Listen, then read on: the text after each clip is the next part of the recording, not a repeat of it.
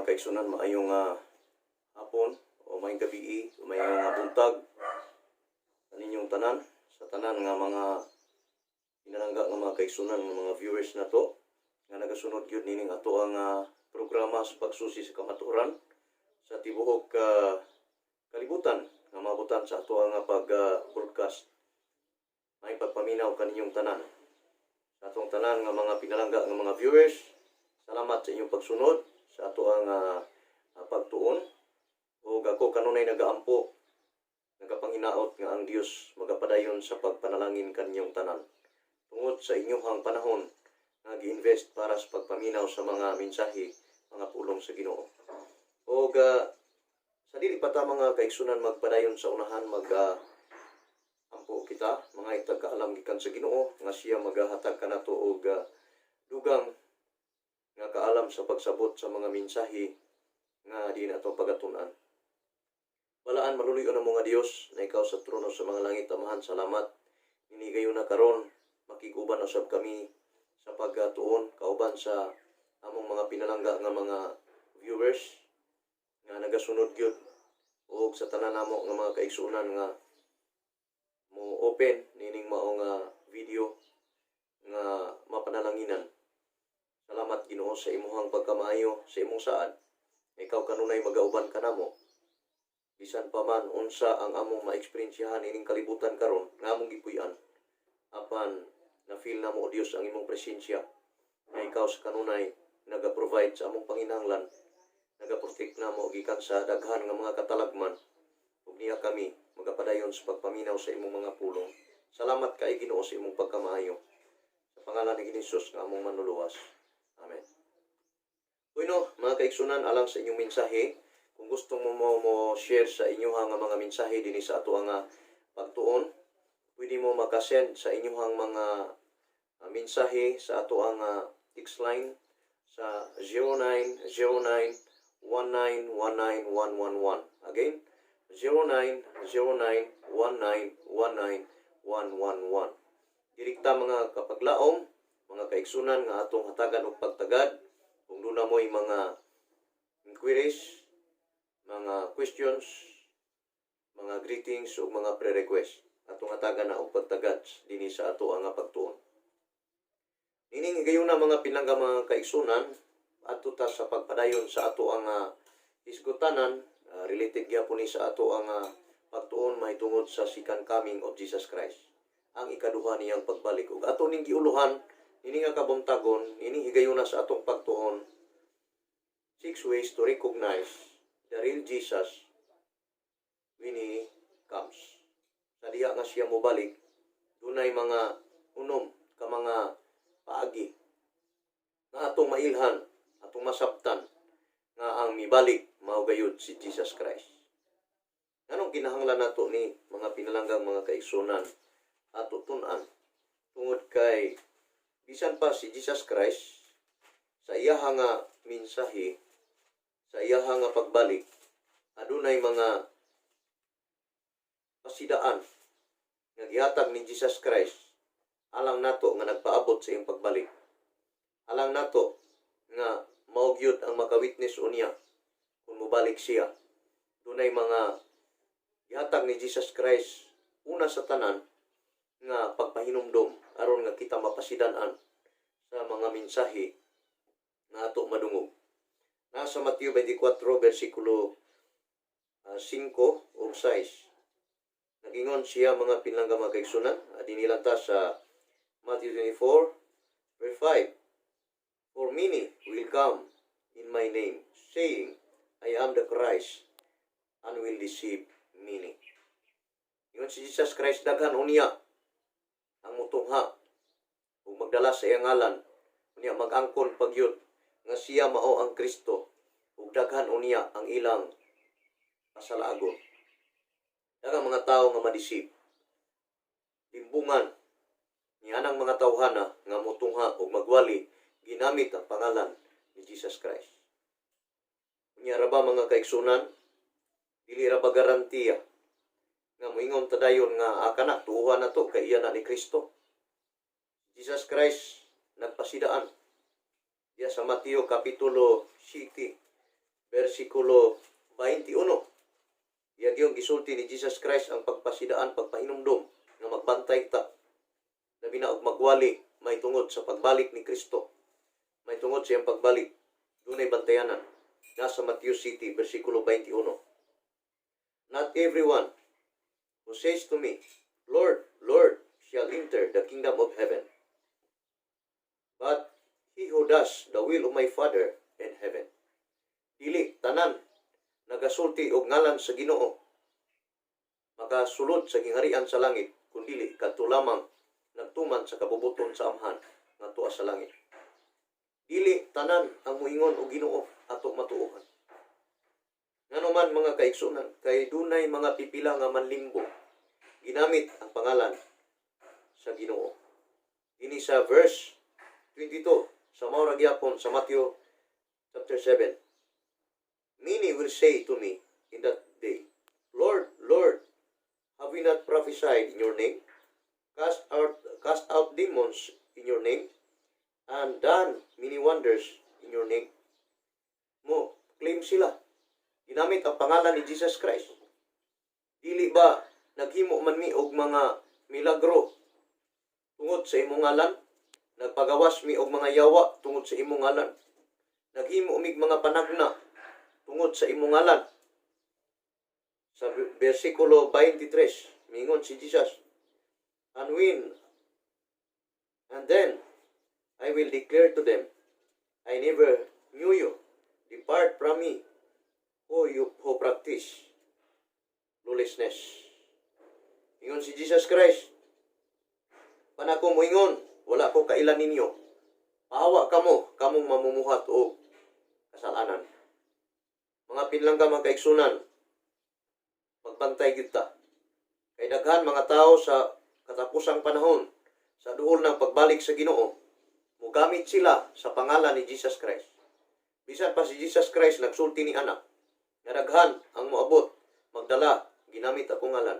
Unya, manglimbong sila. Daghan unya ang ilang malimbungan. Muklim sila nga nagayog masakiton, ngalan sa Ginoo. Muklim sila nga naghimo silang mga panagna, pangalan sa Ginoo. Nya, muingon sila nga himo silang mga milagro, ginamit ang pangalan sa Ginoo. Nya, mauna na. Tuuhan na nato. Dili. Gawas lamang kung sila nagasunod sa kabubuton sa Ginoo. The will of the Father. So, unsa man ang kabubuton sa Ginoo? Mauna siya ang pagbantay sa mga kasuguan sa Ginoo. Nagatuman, nagasunod sa mga instruction sa Ginoo. Mauna ang usa ka mahimangno ni Jesus Christ. Ang iyang pasidaan nga kinahanglan magbantay kita. Kaysa i-take advantage sa mga tao nga gitawag og mga false Christ, false prophets, nga mo-claim sila, nga sila mo'y nagsultis tinuod. Apan si Jesus Christ nagasugod sa iyang mensahe sa mga ilhanan sa iyang pagbalik, nga usa kini sa mga signs sa duol na niyang pagbalik. O iya mga pinlangga mga kaigsunan nga padayon ni Jesus Christ. Sa verse 23 to 27, mingon siya, Then, if anyone says to you, Look, here is the Christ, or there, do not believe it. Dunay mo ingon, tanawa, nana si Kristo. Nana dito, nana diri, si Kristo. Nana sa sulod, sa kwarto si Kristo. Ayaw mo pagtuo ni anak. Verse 24, For false Christ and false prophets will rise and show great signs and wonders to deceive, if possible, even the elect. So, mutungha kining mga nagdalag ngalang Kristo. Unya, maghatag sila og mga mensahe. Mga mensahe may tungod ni Kristo. Magapakita sila og dagkong mga butang, mga katingalahan. Daghan po ang ilang masalaag. Bisan pa niadtong mga pinili sa Ginoo. Bisan pa sa ilang mga pinili. So manang gipili unang mga katawan sa Ginoo, mga Kristiyano. Oo nga, si Apostol Pedro, naghatag siya og mensahe sa pagpahinumdom. Sa matag usa kanato, ingon nga pinili ta sa Ginoo. Dinhi sa 2 Pedro 1:10. Therefore, brethren, be even more diligent to make your call and election sure. For if you do this, you will never stumble. So ingon si Apostol Pedro, nagpahinumdom siya nga mga igsuon, atong sigurohon nga ang atong pagkapinili ato gyud nga makita nga nasiguro kining atong pagkapinili o pagkatinawag. Kay kung dili nato ni himuon, mahulog kita. Apan kung ato ning himuon, masiguro gyud ang atong kaugalingon nga pinili tas Ginoo, dili gyud ta mahulog. Dili ta magkumpiyansa mga kaigsunan kay ingon si Jesus Christ sa Matthew chapter 24 verse 23. If possible, even the elect, bisan pa ang mga pinili, malimbungan pa. Nining mga false Christ, false prophets, nga mutungha sa kalibutan, ginamit ang pangalang Kristo. Kung atong padayonon sa verse 24, for false Christ and false prophets will rise and show great signs and wonders to deceive, if possible, even the elect. See, I have told you beforehand. Therefore, if they say to you, look, he is in the desert, do not go up. Or look, he is in the inner room, do not believe it. Muingon siya nga, tuwa si Kristo dito, sa dapit nga mingaw, sa dapit nga disyerto, awa-aw. Una si Kristo sa sulod sa panimalay. Ayaw pagtuo ni ini. Ayaw pagtuo.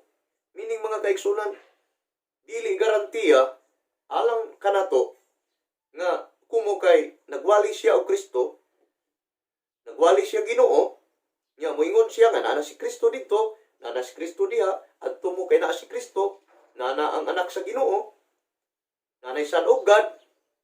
Bantay ta mga kaigsunan, kay ngano, bisan pa ang mga pinili, masalaag pa. Sigurohon gid nato ang atong kaugalingon kung naabot ta sa Ginoo. Kung tinuod ba nga kita, nagabarog, diya sa prinsipyo kamatuoran. Basi o marisip ta mga kaigsunan, ug adunay magpatutuo nga si Kristo tuwa na sa Surigao. Nanay Kristo sa Surigao, nanay Kristo sa Davao, o sa uban pang parte sa Pilipinas, o sa tibuok kalibutan, nga isulti, magbantay ta, kay di na tinuod.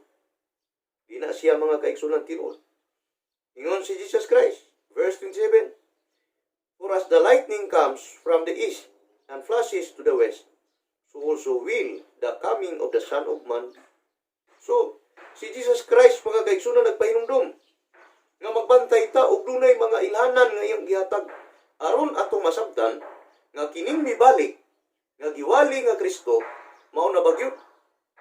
Verse 30, then the sign of the Son of Man will appear in heaven, and then all the tribes of the earth will mourn, and they will see the Son of Man coming on the clouds of heaven with power and great glory.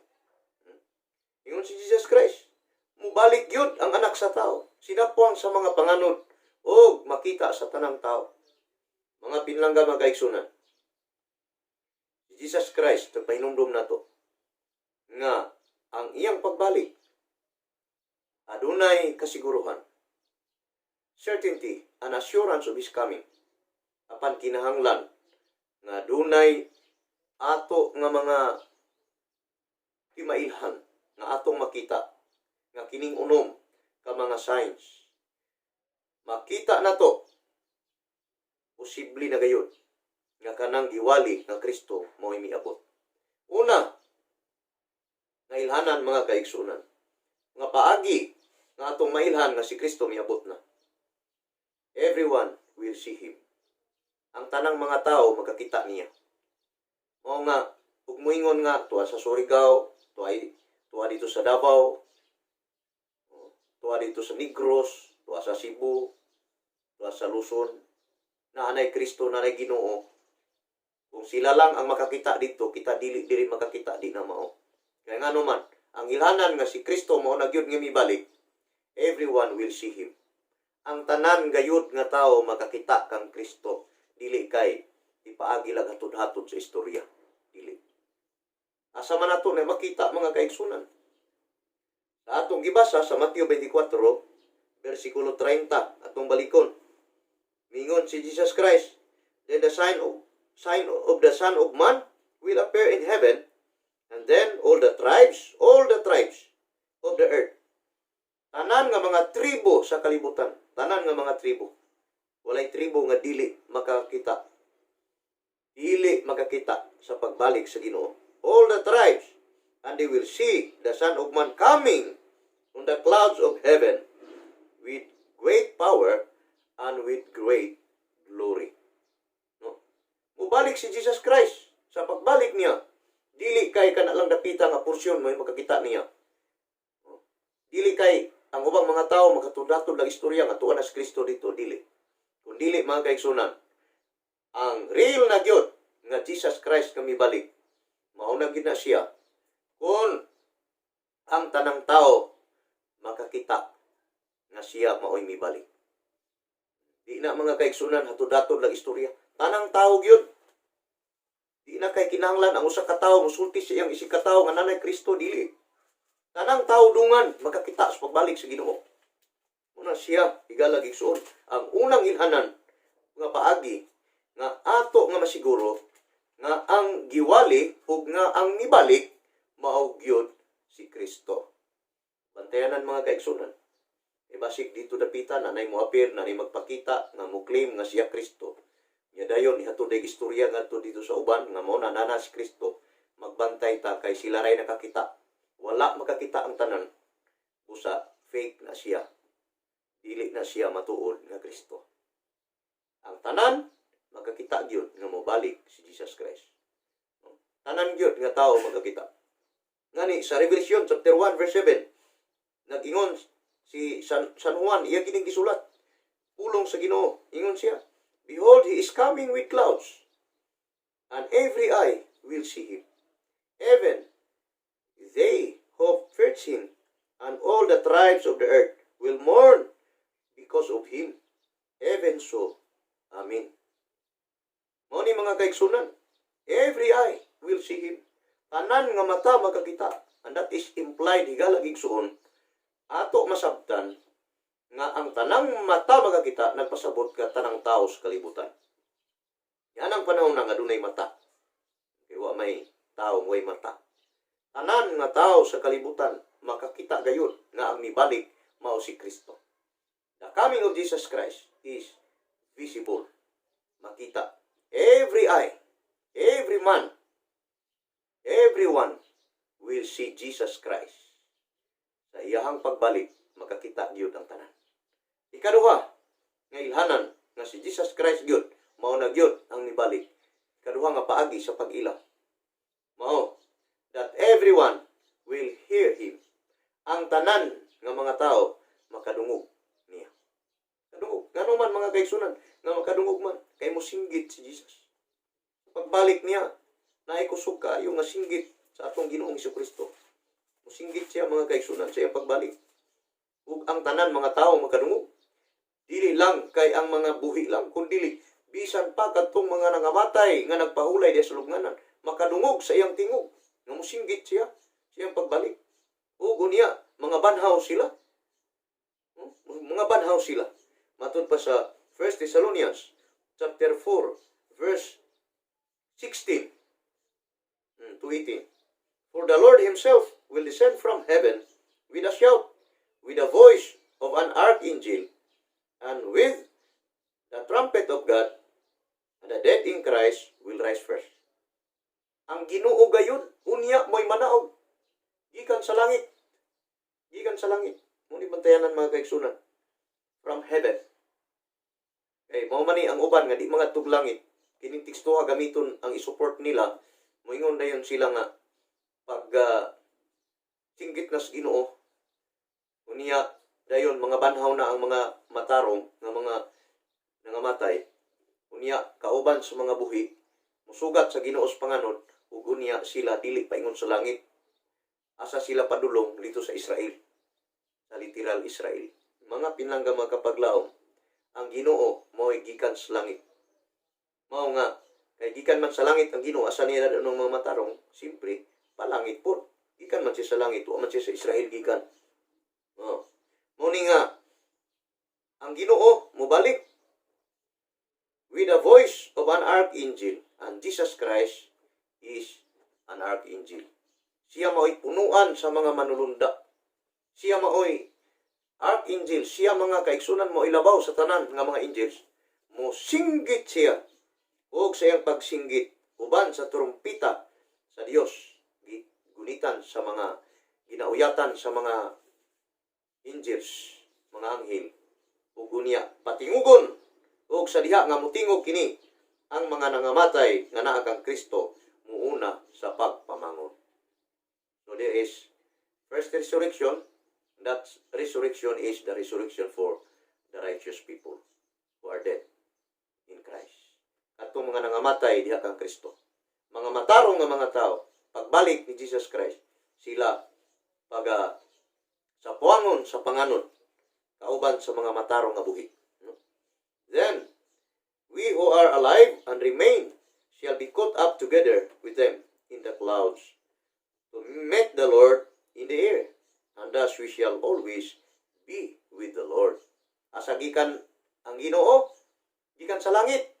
Verse 16. Unya, kita sa gaunta sa Ginoo, sinapuang sa panganod, paingon sa dito sa kahanginan. Nga kanang kahanginan mga kaigsunan nga gipasabot, padulong gyud na ngadto sa langit. Kay gikan man sa Ginoo, ang Ginoo gikan man sa langit. Ug unya ining mga pulo nga dinasigay kamo niining maong mga pulong. Therefore, comfort one another with these words. So, magdasig ta, pagpangalagad, nga naman mga kaigsunan, saad ni sa Ginoo, nga ang tanan makadungog gayon sa Ginoo sa panahon nga siya mo singgit sa iyang pagbalik. Walay usa nga dili makadungog sa singgit sa Ginoo. Mao ni mga kaigsunan, ini nga mga singgit universal o ang tanan mga tao sa pagbalik sa Ginoo makadungog gayon sa iyahang tingog. O wala kay mabasa sa Biblia mga kaigsunan nga secret rapture. Wala. Nga naman, kay kung sekreto, nagpasabot nga dai uban nga di makakita, napoy uban nga di makadungog kung mobalik ang Ginoo. So, ikaduha, everyone will hear him. Makabati, makadungog ang tanang tao sa tingog sa Ginoo sa iyang pagbalik. Mao na ang usa nga ebidensya, mga paagi, kung unsaon na to, pagsiguro nga ang mibalik nga Kristo maugayon ang matuod nga si Jesus Christ. Then, number 3, everyone will feel His coming. Ang matag usa ka tao mubati gayon nga si Kristo mao'y mibalik. Tanan nga mga tao, everyone, matag usa mubati gayon nga ang mibalik mao gid si Kristo. No? Mubati gyud. Ngano man mga kaigsunan. Revelation 16 verse 18. Atong tanawon mga kaigsunan, mga kapaglaom, ang isulti sa Revelation 16 verse 18. Nga dinhi, and there were noises and thunderings and lightnings, and there was a great earthquake, such a mighty and great earthquake as had not occurred since men were on the earth. Dunay usa ka makusog kaayo nga linog nga wala pagyud sukad masukad ma-experiencehin tao nga nagpuyo sa kalibutan. Ang kini nga linog mga kaigsunan, pilabihan pagkakusog. Pagkadako sa mga linog, universal earthquake, global earthquake, nga kini ma-experiencehan sa mga tao nga mga dautan nga niya dinhi sa kalibutan nga wala makauban sa pagkayap paingon sa langit. Wala makauban sa Ginoo. Ma-feel gid nila mga kaigsunan kay kuanggod kini nga gitawag gid siya og great earthquake o kanang dako kaayo nga linog unsa man ning kadako. Verse 19. Now the great city was divided into 3 parts, and the cities of the nations fell, and great Babylon was remembered before God to give her the cup of the wine of the fierceness of his wrath. panahon na mga kaigsunan, ma-feel gid nila kung unsa ka pintas, kung unsa ka makalilisang gayon. Kining maong mga katalagman nga hilabihan. Great earthquake, global. Dili kini sama karon nga naay intensity 6, mahadlok na ta. Naay intensity 7, mahadlok na ta. Daghan ang mga building, mga daot. Unya, dili lang sa ato, lokal. Lokal lang gina siya. Kaya na may uban nga wala maigo, may uban nga naigo, lokal na siya. Pero kini mga kaigsunan, ang second coming of Jesus Christ, ma-feel gyud sa mga tao nga wala madala sa langit. Ngano man sila'y maka-experience nini. Nga mao nga linog. Dili kini siya lokal, but this is a global earthquake. Global, tibok kalibutan. Kaya ngano man mga kaigsunan, every island fled away, and the mountains were not found. Verse 20 sa Revelation chapter 16. Ang tibuok kalibutan, maka iagom gyud nining mao nga linog. Uyugon kining kalibutan. Sa pag-uyog ni ini mga kaigsunan, pinaagi sa linog, wala na'y makita nga mga isla. Wala na'y mga isla. Wala na. Wala na isla mga kaigsunan. Sa ato, mag-usa na ning yuta, tanan, mag-usa na. Hindi na kakakita og dagat na nagsiparit sa mga islands. Wala na. Mga bukid, dili na makita. Mobalhin ang mga kabukiran, paingon sa dapit. Ug unya, managdagan ang mga kabukiran, hilabihan pagkakusog sa mga linog kay ang mga bukid mga kaigsunan imo.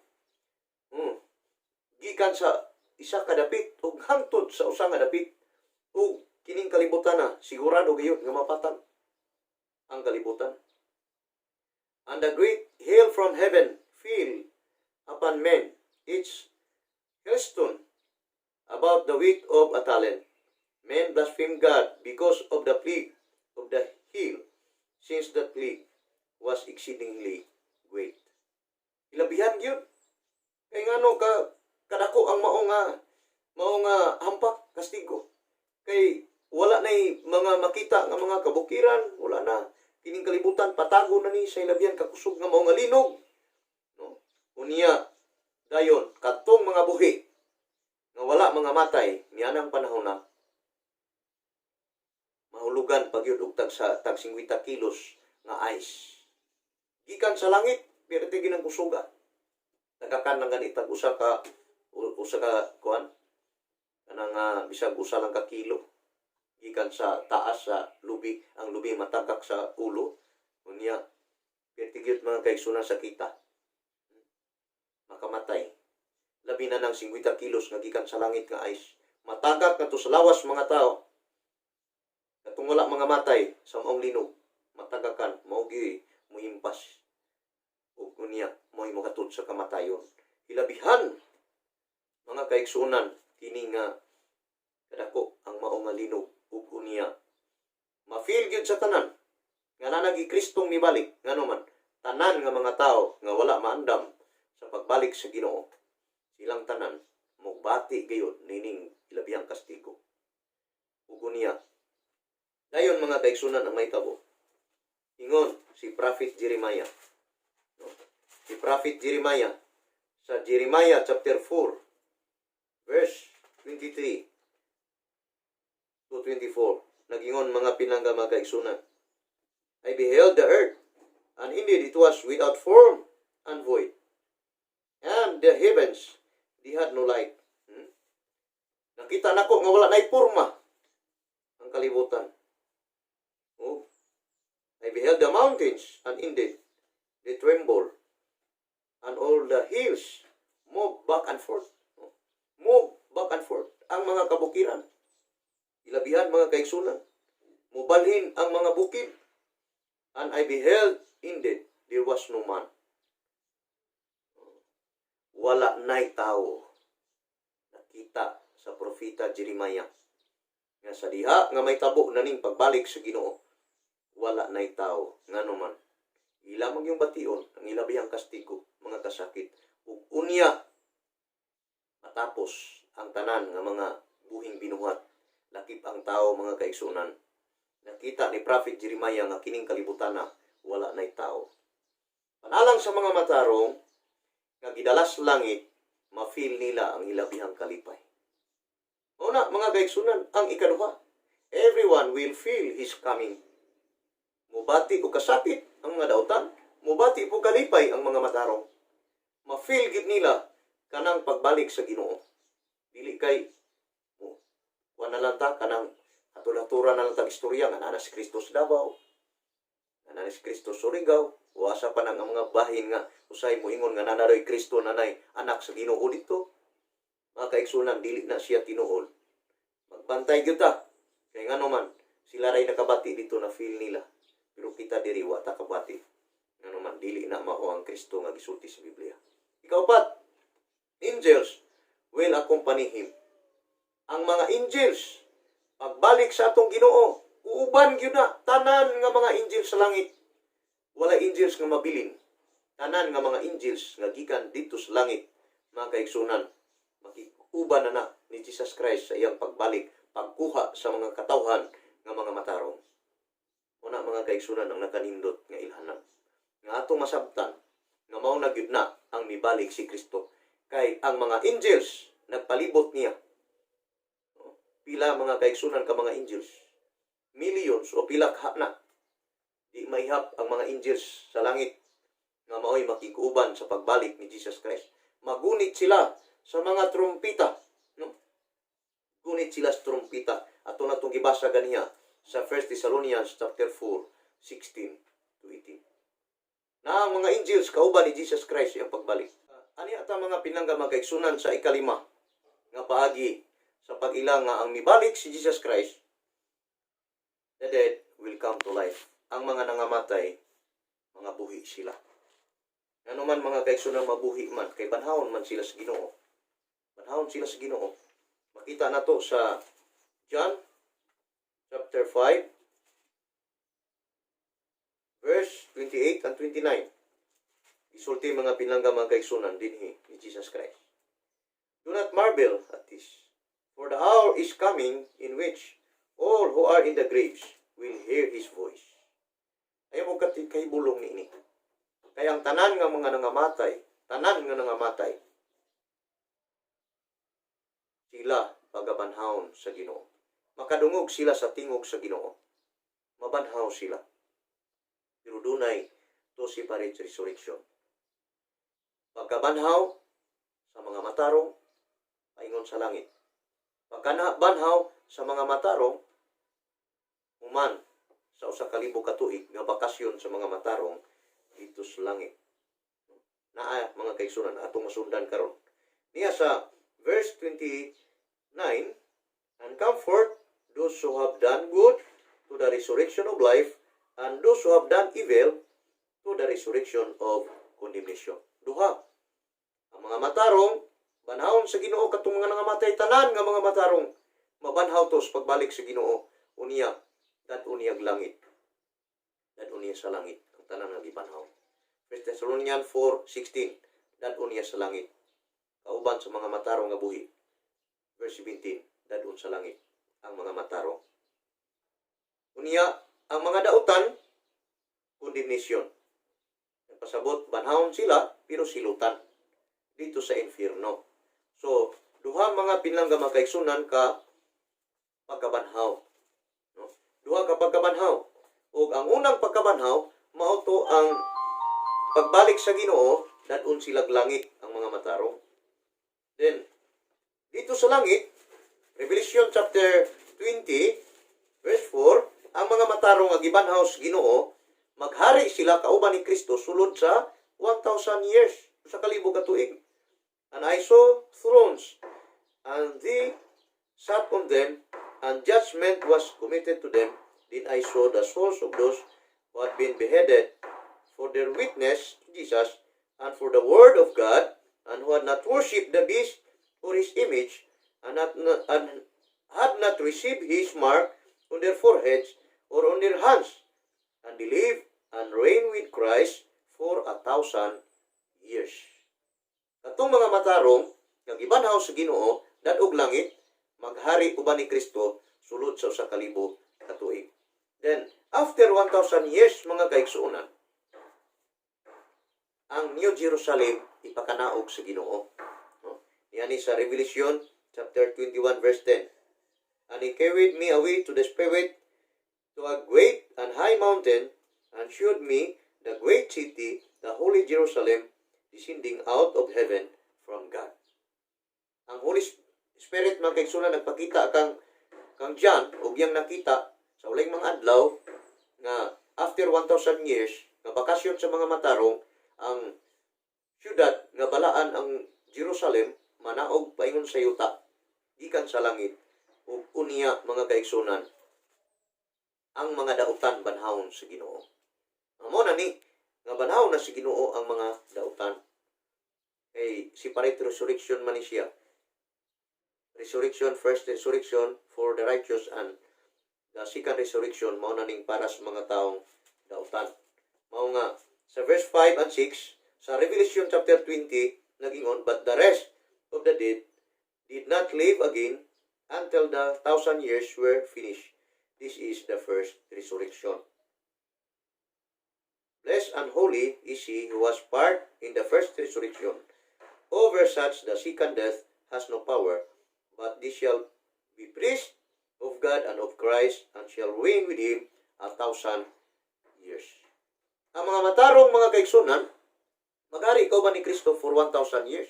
Then, pag expired na sa 1,000 years, sumana dito sa langit, ang pagpakiguban nila kang Jesus, ipakanaog ang New Jerusalem, dinisiyuta, ug unya, banhaw na po niya ang mga dautan. Una ning, sa verse 7, sa Revelation 20, now when the 1,000 years have expired, Satan will be released from his prison. So si Satanas mga kaigsunan, doon na po siya ngadto sa mga gibanhaw nga mga dautan. Unya, and will go out to deceive the nations which are in the four corners of the earth, Gog and Magog, to gather them together to battle, whose number is as the sand of the sea. Perting daghana, sama sa balas sa baybayon sa dagat, kadaghan ang mga dautan.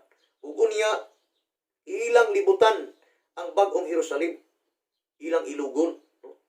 They went up to the breadth of the earth and surrounded the camp of the saints and the beloved city, and they came down, and fire came down from God out of heaven and devoured him. So, pagsunog mga kaigsunan, nila, nining panahon na, kauban ang yawa. Then the devil who deceived them was cast into the lake of fire and brimstone, where the beast and the false prophets are, and they will be tormented day and night forever and ever. Pero kining forever and ever din ang isgutan mga kaigsunan, meaning taas nga duration of kanang time. Pero mga matay gini sila. Human nga sila silutan na, maabot na ang silot nga gikinahanglan sa ilang pagkadautan, maimpas gini sila. Mga matay gini kay gisgutan man sa verse 14. Then death and Hades were cast into the lake of fire. This is the second death. Muna mga kaigsunan, first death, mamatay ang tao, wala pa'y pagkabanhaw. Pagbanhaw sa Ginoo, sa mga matarong, kausa lang namatay ang mga matarong. Pero ang mga dautan, kaduha mamatay. Kaya nga naman, banhawon sa Ginoo, panahon, nga mahuman ang usa ka libo ka tuig, nga bakasyon sa matarong dito sa langit, ipakanaog ang New Jerusalem, dinisiyuta, nya dibutan sa mga dautan, kay ilang ilugon, mo paulan ang Dios o kalayo gikan sa langit, o unya mo to'y mutapos nila, mo to'y gitawag, o ikaduhang kamatayon. Ang matarong, kausarata mamatay, kamatayon physical, but the wicked, kaduha sila mamatay, yan ang kamatayon mga kaigsunan dito sa infierno. Una, mga pinangga mga kapaglaom, mubalik ang Ginoo, unya, raba, daghan raba ang iyang mapatay. Pag anhi sa Ginoo mga kaigsunan, daghan ang iyang mapatay. Unang gikinahanglan nga kita magkinabuhi sa pagkabalaan, aron nga di ta maapil. Nganuman, Isaiah 66, versikulo 15, hangtod sa 17, for behold, the Lord will come with fire and with his chariots to render his anger with fury, and his rebuke and flames of fire, for the fire and his sword. the Lord will judge all flesh, and the slain of the Lord shall be many. Those who sanctify themselves and purify themselves to go to the gardens after an idol in the midst, eating swine flesh, and the abomination and the mouse shall be consumed together, says the Lord. Wani ang Ginoo magdalag kalayo. Alang ni sa mga taong dautan, kanang gitawag og third coming after 1,000 years. Nga pakanaog na ang Jerusalem din siyota, banhawon ang mga taong dautan, muna na mga kaigsunan pagbalik sa Ginoo, kauban na ang mga matarong dito sa New Jerusalem. Pero dili man tumasunog ang New Jerusalem. Nga tuwa dito ang mga matarong katong building na Jerusalem. Nga dautan ra, uban sa kalayo, mag-antos dito. Lakip ang nagkaon og karning baboy. Isaiah 66:15 nga to sa city. Og mga hugang mananap mo na mga kaigsoon karon pa lang daan, ulong man ni si Ginoo. Kung kumakaon ka magkarning baboy, biya ka na. Biya na. Magkaon ka og kanang mga hugaw, biya na. Kay ngano man, moingon sila hinlo naman tanan sa New Testament. So tiyan ta mo mga kaigsunan, ikaw nagpaminaw, ang pulong sa Ginoo nga panagna ni Prophet Isaiah, mulagpas pa ni sa panahon sa New Testament. Lagpas pa, kay ngano man, diha pa ni sa gitawag o pagbalik sa Ginoo, pag-anhi sa Ginoo. Papaman mo anhi ang Ginoo. This is future nga prophecy. Mga pinlangga mga kaigsunan, gusto sa Dios nga kita maandam kung siya mo balik. Mga hinungdan nga si Apostol Pedro nagbilin ka nato sa iyahang mga panghinaot ug pagampo. Nasa 2 Pedro kapitulo 3 versikulo 14. Therefore, beloved, looking forward to these things, be diligent to be found by Him in peace, without spot and blameless. Samtang kita nagapaabot niining mga adlaw sa pagbalik sa Ginoo, na kita magkinabuhi diha sa pagkabalaan nga dili masaway ang atong kinabuhi, aron nga kita magkinabuhi uban ni Ginoong Hesus niya nang gisaad niya nga iyang pagbalik. Mga pinangga mga kaigsunan, atong hinumduman, adunay unom ka mga pamaagi nga atong masiguro nga kanang Kristo nga atong gipaabot tinuod gyud nga si Jesus Christ. Dili tanang mga sulti-sulti lang sa palibot. Kinigyong kamaturan nga ato gyud nga sundon ang pulong sa Ginoo kay Kristohanon man ta. We are all Christians. As Christians, mga pilangga mga kaigsunan, we believe that the Bible is the Word of God.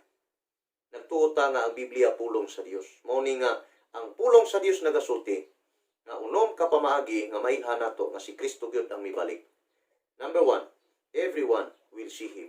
Ang tanan nga tawo makakita niya sa mga mubalik siya. Ikaduha, everyone will hear Him. Makadungog sa singgit sa Ginoo o sa trumpeta sa Dios ang tanan nga mga tawo pagbalik sa Ginoo, matarong og dautan. And everyone will feel His coming. Mubati kita, mga matarong ug mga dautan, mubati gayon na si Kristo mibalik na. Ang ikaapat, angels will accompany His coming, in His coming. Ang mga manulunda, kauban gyud ni Jesus Christ. Pag way manulunda, usulti gani nga, tuwa Kristo dito, na adiri way manulunda, ayog tuo. Di na mao. Then, number 5, the dead will come to life. Ang mga matarong nga nangamatay, nga naa sa lubnganan, banhawon sa Ginoo. O ang mga dautan nga nangamatay, after 1,000 years, nga pagpuyo na to sa Ginoo, uban sa dito sa langit, ang mga dautan banhawon sa Ginoo. Silutan. Then, una siya, ang number 6, ugang katapusan, the wicked will be destroyed. Mga pinalangga mga kaigsunan, hinaot nga kining maong mensahe, magapainumdum ka nato kanunay sa atong kinabuhi, sa pagkinabuhi uban ang Ginoo. Magampo ta. Dalaygon balaan mo nga Dios, na ikaw sa trono sa mga langit. Hinaot nga pinaagi niini nga among natunan karon. Unsa nga paagi nga among masiguro na ikaw gayud mibalik. Makahatag namog inspirasyon, kalipay, kadasig, ug kasiguruhan. Salamat Ginoo sa imong pagkamayo. Salamat sa imong pagpasaylo sa among mga sala. Ikining tanan among dawaton sa pangalan ni Jesus nga among manuluwas. Amen. Bueno mga pinangga mga kaigsunan, Salamat gyud kaayo atong mga viewers nga nagasunod nining ato ang pagtuon. Ginaot nga inyong i-share sa inyong mga friends kung asa man napita sila. Para pod magkaigsunan nga sila makaambit sa mga panalangin nga atong nadawat. Nya kita pod mo subscribe po ta. Kay sa matag panahon nga dunay mga new videos nga ato ang gi-upload, maabot gyud diha sa inyo mga pinlanggang mga kapaglaon, mga kaigsunan. So, ako nagapanginaot nga magwanuban na po ta sa sunod nga episode dinhi sa atong programa Pagsusi sa Kamatuoran. Basta kamatuoran, magpabilin nga kamatuoran. Ang Dios magpanalangin kanatong tanan.